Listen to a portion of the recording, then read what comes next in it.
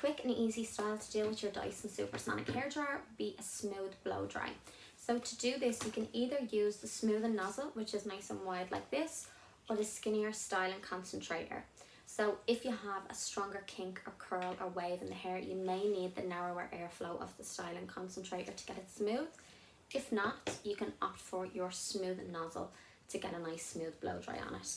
So blast the hair off first, which is what I've done here. So it's still damp to touch, but I've taken the heavy wet out just by blasting like this with my parting in, and keep blasting it in the direction in which you'd like it to be styled at the end. So that will just help you get to your end result. So then when you've just reached that damp stage, just take it in sections. So I'll show you here on the top section, which would be easier for you to see.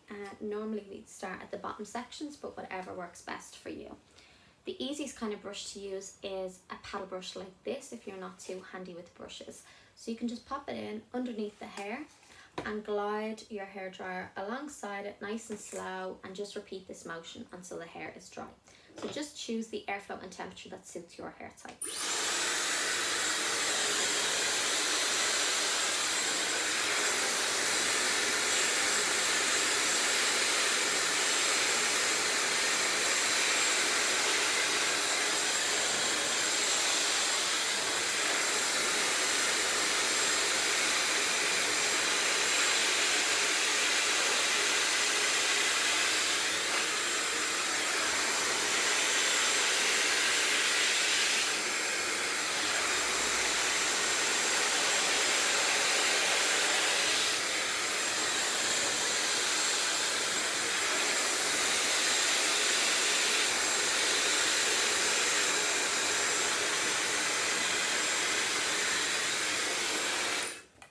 So this has made it really nice and smooth already.